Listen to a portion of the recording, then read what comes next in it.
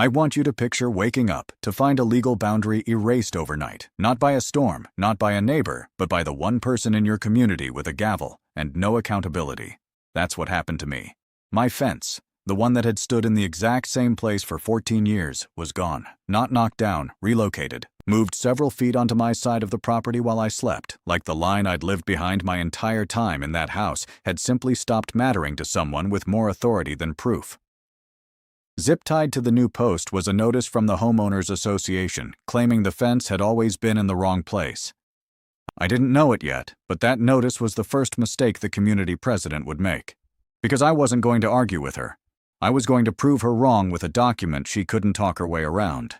I bought this place 14 years ago. Back then, the fence line was already there, set exactly where the original survey stakes had put it. I know because I asked. Back when I was young enough to still ask every question a first-time buyer is supposed to ask, the inspector walked the perimeter with me, pointed at the corner markers, told me that was my line and it wasn't moving unless somebody went through the county to move it. 14 years and it never did, not until last night. That strip of yard the fence used to guard wasn't just grass to me. My wife had put in a garden bed along the east side the second spring we lived there, and I'd kept it going even after she stopped being able to kneel in the dirt the way she used to. Our dog, Biscuit, had worn a groove into the ground running the same stretch every morning for years. A groove that now sat, I realized, with a strange, sick feeling, entirely on the wrong side of a spray-painted line. There was a maple tree near the back corner I'd planted the year my daughter was born. Small things. The kind of things nobody notices until somebody else decides they don't belong to you anymore. I want to be clear about something, because I know how these stories can sound. I never had a problem with the community before this. I paid my dues on time. I mowed on schedule, kept the paint on my shutters within the approved palette, didn't so much as raise my voice at a board meeting in 14 years. When neighbors needed a hand, moving furniture, jump-starting a car, watching a house while someone was out of town, I was there, and they were there for me. It was, by any reasonable measure, a good place to live. Which is exactly why, standing in that wet grass at 6 in the morning, staring at a fence that wasn't mine anymore, felt less like anger and more like disbelief. This wasn't how things were done here. This wasn't who we were, or so I thought. The board meeting where I first understood who I was dealing with happened almost a year before any of this. The association had just repaved the private road through the entrance, and the smell of fresh asphalt sealant still hung sharp in the air as we filed into the clubhouse, thick enough that a few people were fanning it away from their faces as they sat down. Cheryl Ashford ran the meeting the way she ran everything, standing while everyone else sat, a folder of papers in front of her that she rarely needed to open because she already knew what she wanted to say. She had a way of answering questions before people finished asking them, cutting off debate with a clipped, "We've already discussed this," that somehow always ended the discussion, even when we hadn't. That night, the topic was the tree line behind the Kowalski property. Cheryl announced, without a vote, that the association was reclaiming a strip of shared buffer space that had apparently been mismarked for years. Nobody had asked for a survey. Nobody had asked for anything. She simply said it was so, and the minutes reflected it as settled business. I remember Ray Talbot leaning over to me afterward, keeping his voice low the way people do when they're not sure who's listening. He'd lived in the community longer than almost anyone. "She's done this before," he said. "Line adjustments, she calls them. Couple feet here, couple feet there. Always for the community's benefit somehow." He gave a short laugh that didn't have much humor in it. Funny how the community's benefit always ends up being more land the association controls. I didn't think much of it at the time. It wasn't my fence. It wasn't my tree line. I told myself it was probably a misunderstanding, the kind of thing that gets sorted out once people compare notes. I didn't yet understand that comparing notes was exactly what Cheryl had built the whole system to prevent. After the fence was moved, I went looking for the association bylaws, a copy I hadn't opened since the day I signed my closing papers. The binder had sat in a drawer so long the pages had that dry, papery rustle to them, dog-eared in places from a previous owner's flipping, though clearly nobody had studied it in years. Buried in Section 9 was a clause granting the board reasonable authority over shared boundary maintenance and common area delineation as deemed necessary for community welfare. No definition of what counted as shared, no process for how a boundary got redrawn, just enough vague language to let Cheryl point at the page and claim whatever she needed. Talking to other residents over the following days, a pattern started to surface. A retired couple 2 streets over had lost 8 feet of side yard to a drainage correction 3 years back. They'd fought it for a few months, gotten hit with 2 fines for unrelated violations they swore were pretextual, and eventually let it go, rather than keep paying. Another family had simply stopped attending meetings after a dispute over a shared driveway, tired of being the only voice raised against a room that had already made up its mind. Nobody had taken it further than that. And when I asked why, the answer was almost always the same. The county recorder's office was slow, official channels took months, and by the time anything worked its way through the system, the association had already moved on to its next project, and the disputed inch of yard had quietly become normal. That was the trick of it, I realized. Cheryl didn't need to be right. She just needed to be faster than the process designed to check her, fast enough that by the time a resident understood what recourse even existed, exhaustion had already done the association's work for it. Standing in my kitchen with that dusty binder open on the counter, I understood for the first time that I wasn't dealing with a misunderstanding. I was dealing with a system built so that nobody ever had to be. I went out that morning to walk Biscuit before work, same as every day, and it was the give in the ground that stopped me first. Before I even registered, the fence itself was wrong. I crouched down and pressed my palm against the base of the nearest post. It rocked. Not much, just a slight give where the soil hadn't had time to settle, still loose and freshly disturbed around the base, dark and damp compared to the packed earth a few feet away. Someone had dug these holes recently, last night if I had to guess, set new posts, strung new wire, and walked away before the sun came up. I called the number on the notice before I even went inside to get dressed. A woman in the association office, not Cheryl, someone lower down the chain, confirmed almost cheerfully that yes, a contracting crew had come out the previous evening to correct the boundary alignment along my property.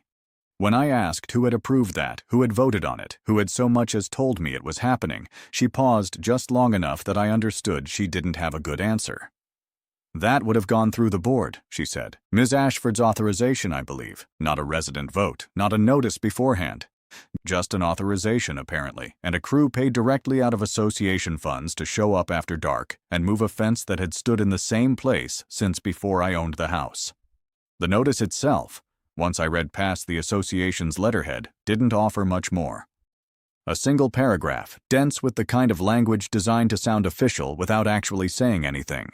The relocation, it explained, corrects a long-standing encroachment identified during routine boundary review. No survey number, no date of review, no mention of who had conducted it or what document they'd relied on.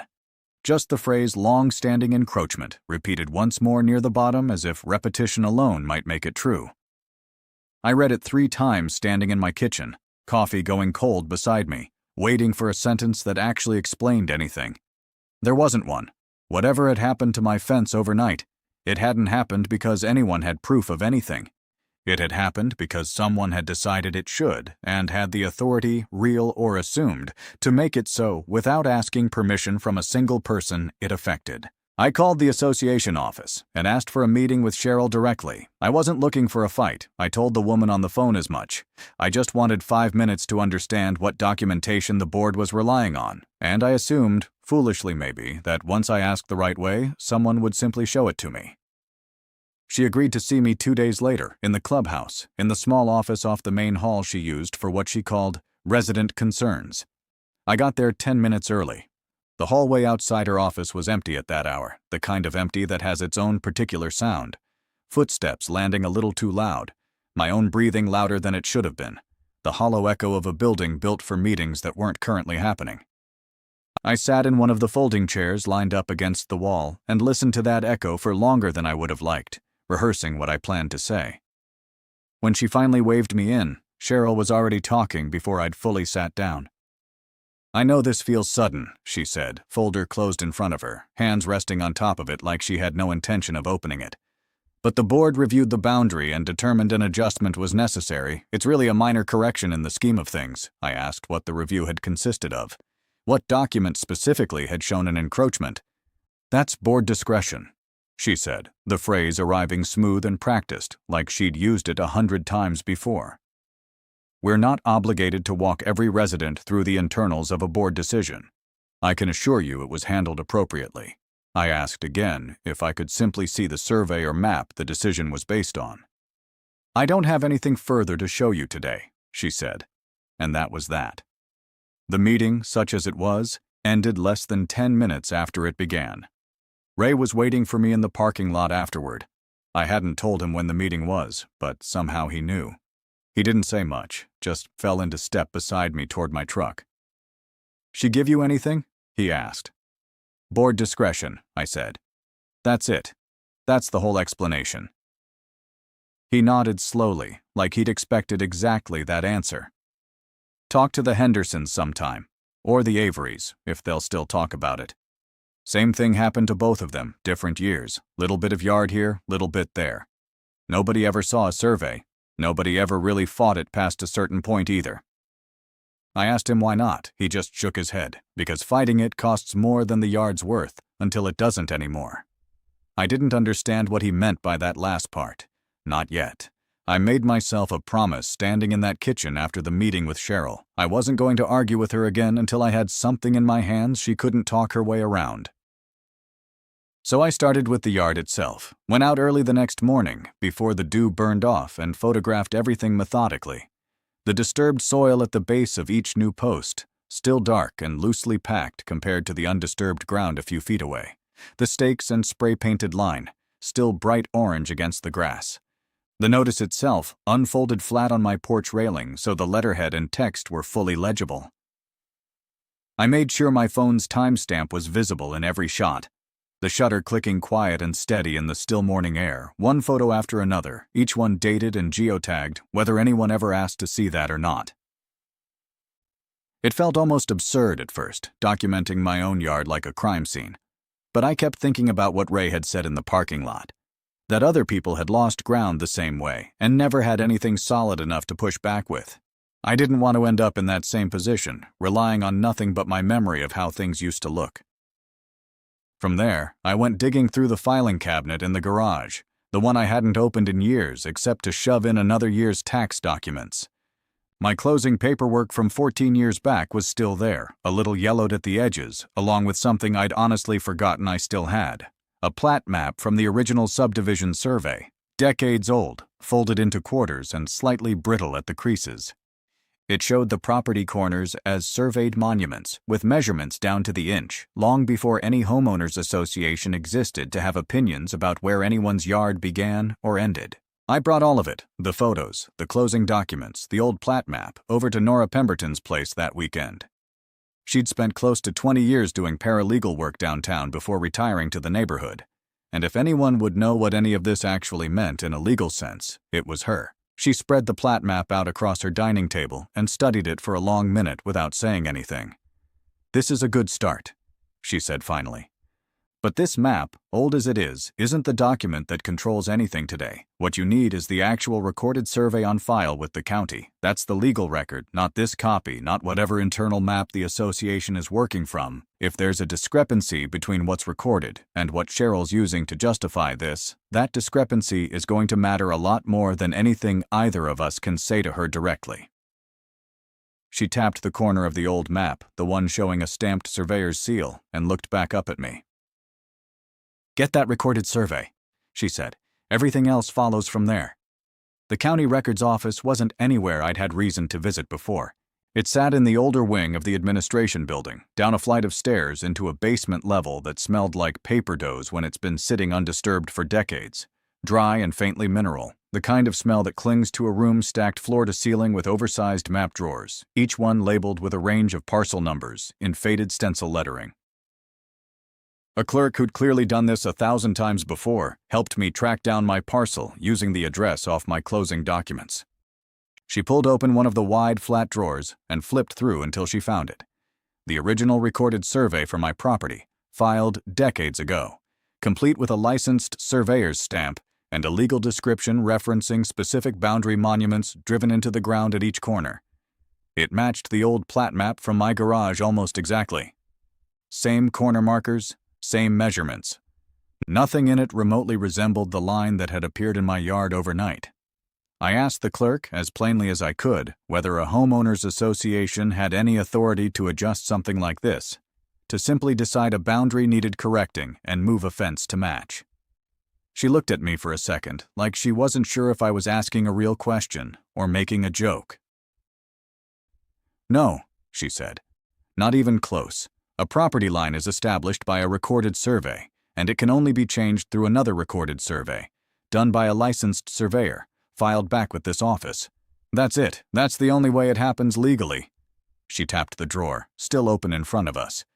"An HOA notice isn't a legal instrument. It doesn't matter what it says or how official the letterhead looks. If nobody's filed a new survey with this office, then as far as the law is concerned, nothing has changed. Your line is still your line." I asked what it would mean then, if a fence had actually been physically moved despite that. "It means somebody moved a fence," she said. "Doesn't mean they moved your property line. Those aren't the same thing, and a lot of people get that confused until it ends up in front of a judge." I sat with that for a minute, turning it over. Cheryl's notice had used careful, official-sounding language, long-standing encroachment, routine boundary review, but none of it, as far as this office was concerned, carried any legal weight whatsoever. She could authorize a crew to dig new post holes. She could not authorize a new boundary. Only a licensed survey, filed here in this basement room, could do that. I asked her one more question before I left, what it would take to actually get one done. She walked me through it. Hire a licensed land surveyor, have them come out, re-establish the monuments using the recorded description, and file the results back with the county. Once that was done, she said, it became the controlling record. Nothing an HOA board decided in a closed meeting could override it. I made a copy of the recorded survey before I left, the paper warm from the machine, and drove home with it sitting on the passenger seat like something I needed to keep an eye on. For the first time since I'd stepped into that cold grass and found my fence in the wrong place, I understood exactly what I needed to do next. Not argue. Not ask Cheryl for permission to be right. Just get a licensed crew out to my property, let them do their work, and let the recorded result speak for itself. I found Cheryl outside the clubhouse the following week, right as a small cluster of residents was breaking up after a committee meeting about the spring landscaping budget. I hadn't planned it that way exactly, but I wasn't going to pretend I was sorry for the timing either. I walked over to my truck, pulled the recorded survey off the passenger seat, and spread it out flat on the hood in front of her. The paper was still stiff enough to crackle sharply as I unfolded it, loud in the otherwise quiet parking lot, and I noticed a few of the departing residents slow their steps at the sound, curious despite themselves. "This is the recorded survey," I said. "Filed with the county, stamped by a licensed surveyor decades ago, it shows the original boundary monuments, the actual corners of my property. My fence sat exactly on this line for 14 years. Nothing here matches where it sits now." Cheryl glanced down at it, arms folded, expression carefully arranged into something between patience and mild irritation. A few residents had drifted closer, pretending to look for something in their cars while clearly listening. "I understand you feel strongly about this," she said, "but the board's review process considered information you may not be aware of." "Then show me that information," I said. "Because as far as the county's concerned, this is the only document that legally establishes where my property line sits, and this doesn't show an encroachment. It shows my fence was exactly where it should have been."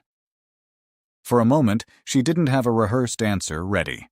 I watched her eyes move over the map, over the surveyor's stamp in the corner, and something in her posture shifted. Not quite retreat, but close to it. "I'll have the board look into this further," she said finally, her voice softer than it had been in either of our previous conversations. "I don't want this to be a point of ongoing conflict between us. Let me review it properly and get back to you." One of the nearby residents, an older man I recognized but didn't know well, let out a small breath I could only describe as relief. "Well, that's good," he said, mostly to the people near him. "Glad this is getting sorted out." A few heads nodded. Someone mentioned it was nice to see things handled reasonably for once.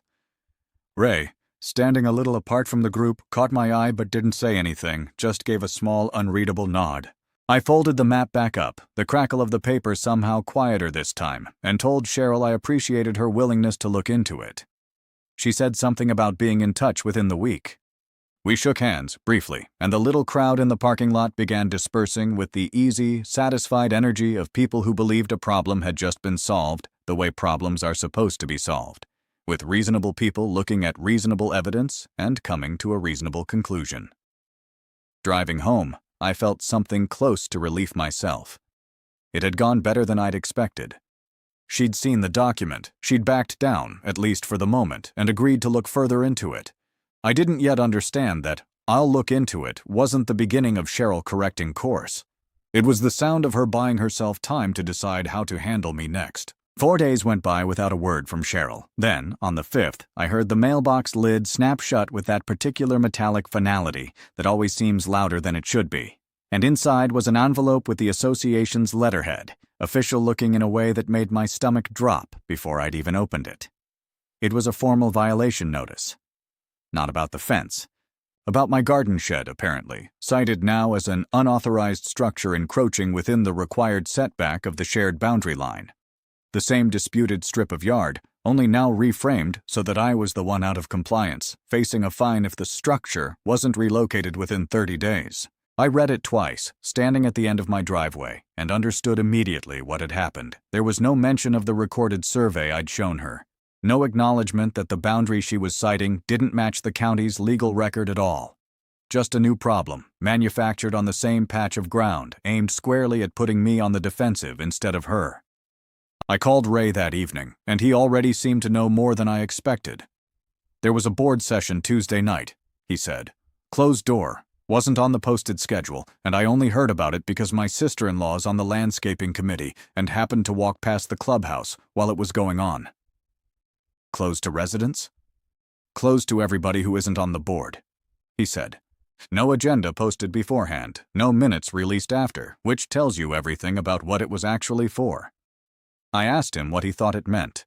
"I think Cheryl realized that survey you showed her in the parking lot was a real problem," he said. "And instead of dealing with it, she's making sure this turns into a fight about your shed before anybody else has a chance to start asking questions about their own fence lines. Get people talking about your violation, not her authorization." It was, I had to admit, a fairly effective strategy. A shed cited for a setback violation was a simpler story for people to nod along to than an HOA president who'd authorized moving a fence with no legal basis whatsoever. It shifted the entire conversation from what she'd done to what I supposedly hadn't. "She's trying to get ahead of it," Ray said. "Before people start comparing notes the way you and I have been, before somebody else pulls their own survey and realizes the same thing happened to them." I folded the violation notice and set it on the counter next to the recorded survey I still hadn't put away. If Cheryl wanted this to be about my shed, I was going to make sure it stayed about the fence. Nora called me on a Thursday evening and asked if I could come by, and something in her voice on the phone made me drive over without bothering to finish my dinner first. She had the association's internal reference binder spread across her dining table when I got there.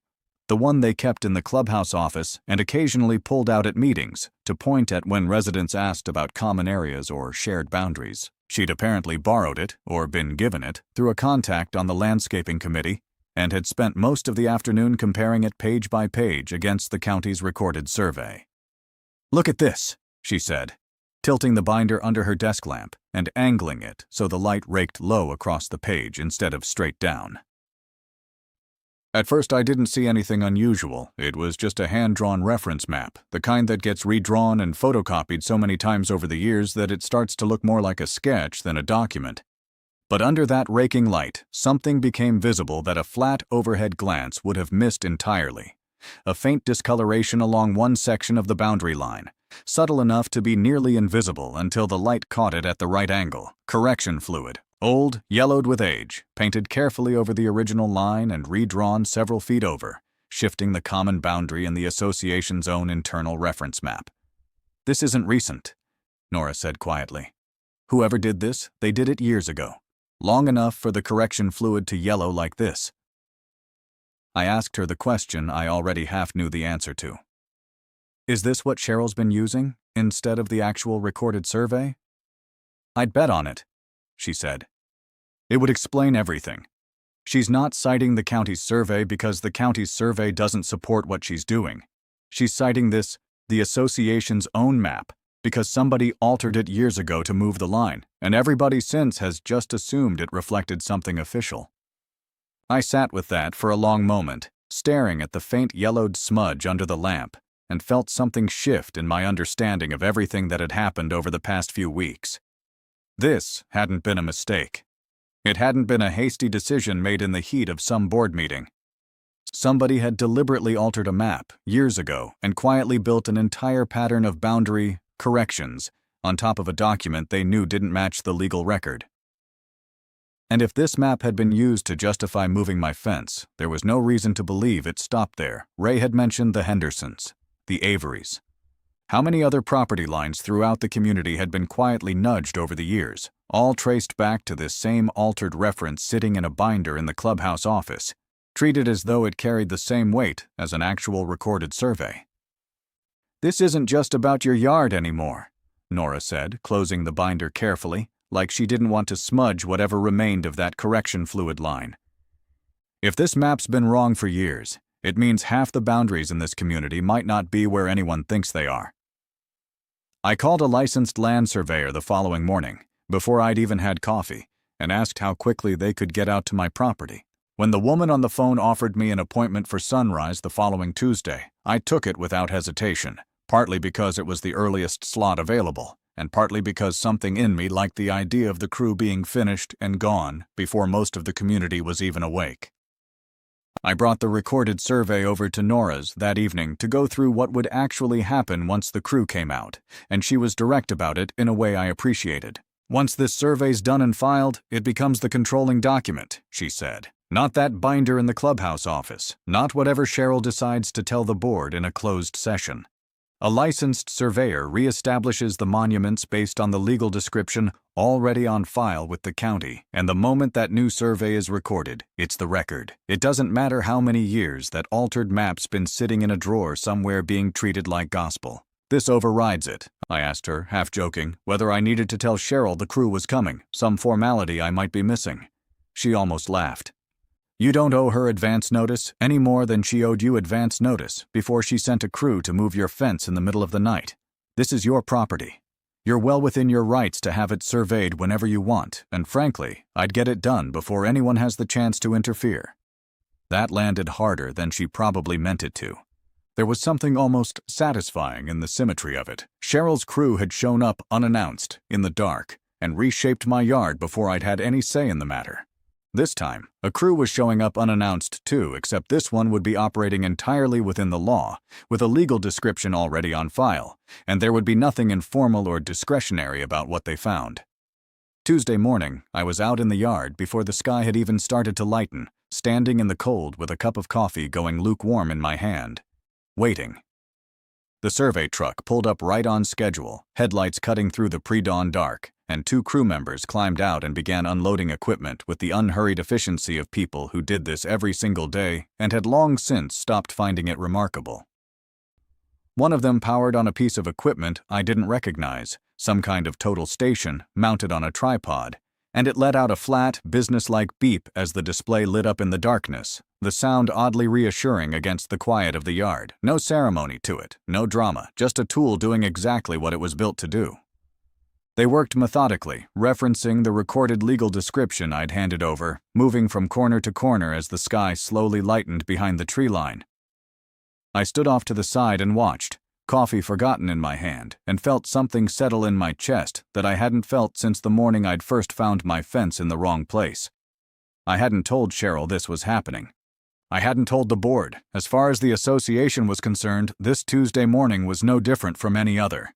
By the time the sun was fully up, the crew already had their instruments set and their first measurements underway. Whatever they found, it was going to be filed with the county, stamped and dated. And no closed-door session, no board resolution, no folder Cheryl kept closed in front of her would be able to touch it once it was. The 2 crew members worked without wasted motion, one calling out measurements while the other logged them into a handheld unit, and every so often one of them would kneel and push a thin metal probe into the ground, feeling for something buried beneath the grass. It didn't take them long. Near what I'd always assumed was just an unremarkable corner of my yard, one of the crew let out a short, satisfied grunt and started brushing soil away with a small hand trowel. A few inches down, an old iron pin emerged, rusted, weathered, but unmistakably a boundary monument, exactly where the original recorded survey said it should be. Original monument, the older crew member said, more to his partner than to me, though I was standing close enough to hear. Still right where they set it. Decades, and nobody's ever disturbed this one. They found the next corner the same way, and the one after that, each confirmed monument getting its own pin flag driven into the ground beside it, the thin fabric flags snapping softly in a stiff morning wind that had picked up as the sun cleared the tree line. Watching those flags go in one by one, I felt something in my chest that was hard to name. Relief, maybe, or vindication, or just the plain physical relief of watching a fact become undeniable in real time. When they finished stringing their measuring line between the confirmed monuments, the result was exactly what the recorded survey had always said it would be. My property line, the real one, the legal one, sat a full 6 feet beyond where Cheryl's crew had reset my fence in the dark. The moved fence wasn't just wrong by a technicality. It sat well inside my own legally recorded property, carving away a strip of ground that had never belonged to the association in the first place.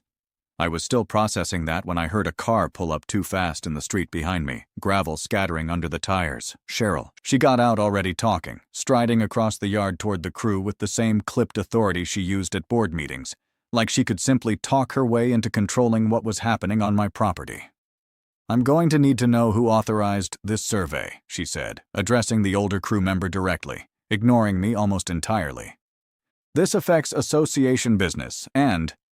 This is private property, he said, without looking up from the instrument he was adjusting. We were hired by the homeowner. That's all the authorization we need. I have concerns about the boundary interpretation being used here, she pressed, and I could hear, underneath the confidence, something thinner than she probably intended to show. Ma'am, we're not interpreting anything, he said, finally straightening up to look at her directly. We're reestablishing the monuments from the recorded legal description on file with the county. That's it. Once we finish confirming these points, our findings get filed with the recorder's office. That becomes the record. I'd like to review your findings before anything gets filed, Cheryl said. You're welcome to pull it from the county once it's recorded, he said, not unkindly, already turning back to his equipment. Same as anybody else. For a moment, Cheryl just stood there in my yard, in the wind, watching pin flags snap along a line that put her entire justification for the fence move on the wrong side of the law. She didn't say anything else. She got back in her car and drove off, gravel scattering again under her tires, faster than she'd arrived. The crew finished their work an hour later, packed up their equipment, and told me the filing would go through within the week. The stamped survey report arrived by mail the following week, and I remember the sound it made as I broke the envelope's seal more than anything else. A crisp, clean snap, the kind of sound that felt appropriately final, given everything that had led up to it. Inside was the surveyor's signed and sealed report, the legal description matching the original recorded survey exactly, the confirmed monument locations documented with precise measurements, and a certification stamp at the bottom that made the whole thing feel, for the first time in weeks, entirely beyond argument. I drove a copy down to the county recorder's office that same afternoon, and the clerk who filed it, not the same one I'd spoken with before, but just as unbothered by the whole process, stamped it into the official record without so much as raising an eyebrow. Just another survey, filed the way surveys got filed every day. Except this one, sitting now in that basement room among all the others, was the document that would outlast every closed-door board session Cheryl ever called. It became, exactly as Nora had said it would, the new controlling record for my property, not the altered map sitting in the clubhouse binder, not whatever Cheryl decided to tell the board behind a closed door. A stamped, filed, legally binding survey, matching the original recorded description down to the inch. The violation notice over my garden shed quietly disappeared not long after. I never got an apology or even much of an explanation, just a brief letter from the association stating the matter had been reviewed and closed without further action, which I understood, reading between the lines, to mean that citing a setback violation against a boundary that had just been legally reaffirmed as mine made the whole notice impossible to enforce. It had no standing left to stand on. What surprised me more was what started happening around the neighborhood in the weeks that followed. Word travels quietly in a place like this, and it wasn't long before I started hearing, secondhand, about other residents making their own calls to licensed surveyors. Nobody made a public announcement about it. There wasn't a meeting, or a petition, or anything that would have given Cheryl an easy target to push back against.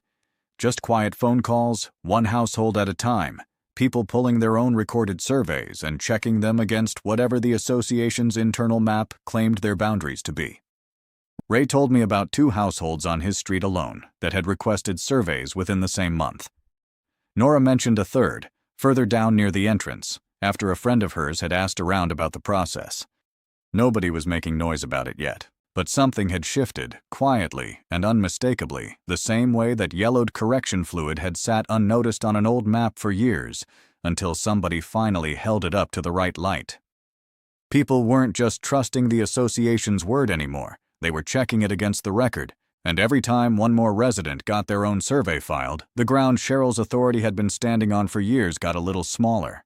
It took less than 2 weeks for Cheryl to call an emergency board session, this one posted publicly, unlike the last, though the agenda item itself was vague enough to raise questions on its own. Reaffirmation of Association Boundary Reference Standards. I only found out what that meant once I was sitting in the clubhouse meeting room, folding chairs scraping loudly against the linoleum floor as people filed in and settled, the sound sharp and grating in a room that didn't usually draw much of a crowd. Cheryl stood at the front, folder open for once, and explained to the room that recent confusion around individual boundary surveys had created inconsistency the association needed to address. She proposed a board resolution formally reaffirming the association's internal reference map as the authoritative standard for common boundary questions going forward, a resolution that, if passed, would have quietly reasserted exactly the authority the county's records office had already told me the association never legally had. I glanced around the room while she spoke and realized the crowd wasn't what she'd probably expected. Ray sat a few rows ahead of me, and beside him were 2 of his neighbors I recognized as the ones who'd requested their own surveys the month before. Further back, I spotted Nora, and near the door, a couple I didn't know well but had heard secondhand had filed a survey request of their own just that week. When Cheryl opened the floor for comment before the vote, Ray was the first to stand, his folding chair scraping again as he pushed it back. "Before anybody votes on this," he said, "I think it's worth mentioning that at least 4 households in this room have already filed their own recorded surveys in the last month, mine included. And every one of them lines up with the county's records, not this association's map." He glanced toward Cheryl. "So I'm not sure what exactly this resolution is supposed to reaffirm." A murmur went through the room. Cheryl tried to steer things back toward procedure, insisting the board still had discretion to set internal standards, regardless of individual survey outcomes. Nora stood next, calm and precise the way she'd been at her own dining table weeks earlier. "A board resolution doesn't override a recorded survey," she said simply. "It has no legal standing to do that. You can vote on it if you want, but it won't change what's on file with the county, and it won't hold up if anyone challenges it." The vote happened anyway. Cheryl pushed it through, 3 in favor, 2 abstaining, the room otherwise silent. But I noticed something in the way people filed out afterward, folding chairs scraping one final time as they stood. Nobody seemed particularly worried about what had just passed. It was, everyone in that room understood by then, a resolution with nothing real underneath it. Cheryl had won a vote. She hadn't won anything that mattered. The letter arrived about a month after that emergency board meeting, this time not from the association but from the county itself. A formal notice that the recorder's office was opening a review into boundary reporting discrepancies within the association, citing multiple recently filed surveys that contradicted the community's internal reference documentation. I was asked to attend a hearing to describe my own experience, and when I got there, the room surprised me more than anything else in this whole ordeal had. It wasn't a courtroom, just a county administrative hearing room, fluorescent lights humming faintly overhead, the kind of low, steady drone you stop noticing until it's the only sound left in the room during a long silence, rows of chairs, a table at the front for the review officer, and a surprising number of familiar faces already seated when I walked in. Ray, Nora, and several residents I only knew by sight, all of whom had apparently filed their own surveys over the past couple of months and been asked to attend for the same reason I had. One by one, people described versions of the same story. A boundary quietly shifted. an association notice citing vague authority. A recorded survey that, once obtained, told a different story entirely. The review officer took notes through most of it without much visible reaction, though I noticed her pause longer over the timeline several residents gave, pointing to boundary adjustments stretching back years, long before any of us had started comparing notes. It was during that hearing that the full shape of it finally came out. Buried in older association records, which the review had apparently compelled the board to produce, was documentation showing Cheryl herself had authorized the original alteration to the internal reference map years earlier, long before she'd used it to justify moving my fence. The stated reasoning, recorded in an old memo, had been to resolve ambiguity in common area boundaries.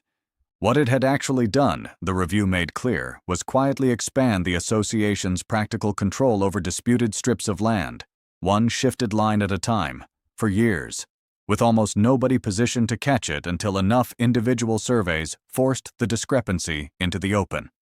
The review officer's findings, once issued, didn't just settle my case. They placed the entire association board under a formal obligation to audit its boundary records community-wide, cross-referencing every property against the actual county-recorded surveys rather than the internal map that had apparently been unreliable for years. The board was required to notify all affected residents and correct any discrepancies going forward, with the county's office overseeing the process directly rather than leaving it to internal board discretion. Sitting in that humming fluorescent light, listening to the review officer read that requirement into the record, I understood that this had stopped being about my fence a long time ago. Even if I hadn't fully realized it until that moment, this was about an entire community finally getting an accurate map of its own boundaries. One line, one filed survey, one hearing at a time. The next board meeting I attended, several weeks after the county's review findings came down, felt different the moment I walked in.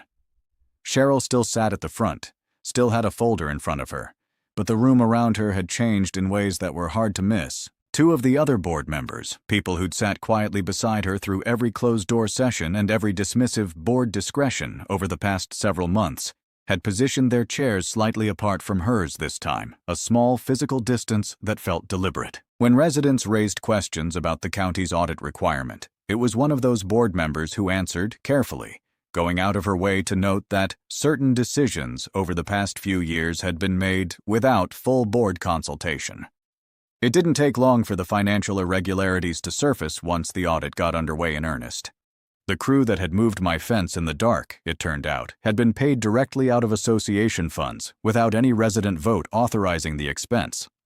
And once auditors started looking, they found the same pattern repeated across several other adjustments over the years. Small contracting invoices approved solely on Cheryl's signature, never brought before the community for a vote the bylaws technically required for expenditures of that size. Cheryl tried for a while to hold her ground the way she always had, citing board discretion, insisting the audit was overreach, suggesting the whole thing had been blown out of proportion by a handful of dissatisfied residents. But the room wasn't responding to that anymore. I watched people who used to nod along at her meetings sit with their arms folded instead, waiting for actual answers instead of the practiced confidence that used to be enough.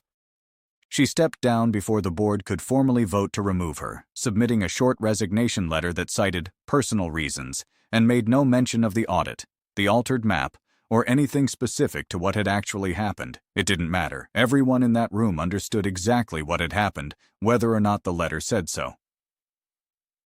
The last time I was in that meeting room, someone had already moved the gavel off the podium at the front, packed away with the rest of the outgoing president's materials. Nobody had picked it up to use it since. It just sat there for a moment on a side table before someone finally put it away, and the room felt strange without it. Quieter. The empty space at the front of the room somehow louder than the gavel had ever been when it was still in her hand. Ray leaned over to me as we filed out. "Funny how fast it goes," he said, "once people stop being afraid to check." I didn't disagree. It took a few months for things to settle into what people started calling, half-jokingly, the new normal, though there was nothing especially new about it, just a return to boundaries actually meaning what the county said they meant. The Hendersons were among the first to get their fence line corrected, recovering close to 10 feet along their back property that had quietly disappeared into a buffer adjustment years before I'd ever moved in.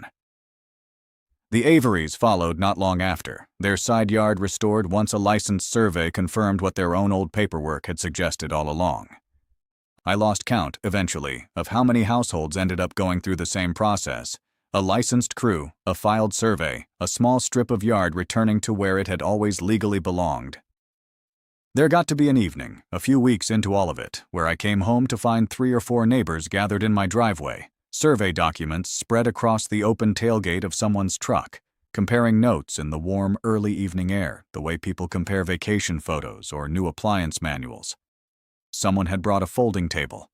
Someone else had brought coffee. It wasn't a meeting, not officially, just neighbors who'd spent years assuming the association knew what it was talking about, finally sitting down together to look at what the actual record said.